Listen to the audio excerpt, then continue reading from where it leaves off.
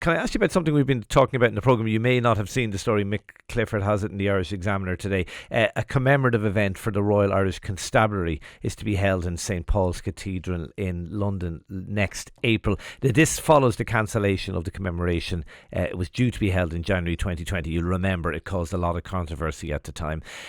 Isn't it a little bit embarrassing? Isn't it a little bit immature that we cannot hold a commemoration for the RIC 100 years on, that we have to outsource it to another country?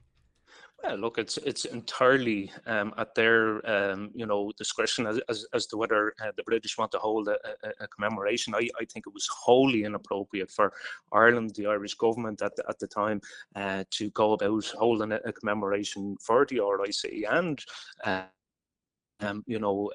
extension to the Black and Tans. So I think it was absolutely unbelievable, that notion ever entered anyone's head here, within Irish government. It was the so right we just thing to do at the commemorate. We time just to commemorate one side cancel of it. the struggle.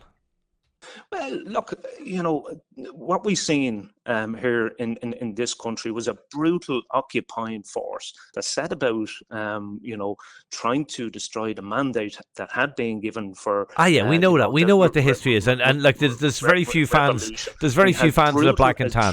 We had brutal atrocities carried out by on the both Black sides, and Tans, and certainly I don't think it's appropriate that butchers such as that should be commemorated here within this country in any. When you say butchers, there was also just ordinary Irishmen who were serving in the RIC well before the conflict began, who found themselves on the wrong side of history. That doesn't make them butchers. Well, there was many Irish people who were within the RIC, seeing exactly what was going on and done the right thing and withdrew their services to that brutal occupying force. So, is it right? So unless you're on the right side of history, you don't not. deserve to be commemorated. Basically, is that the? Look, the British there went entitled to do what they want to do in terms of their commemorations.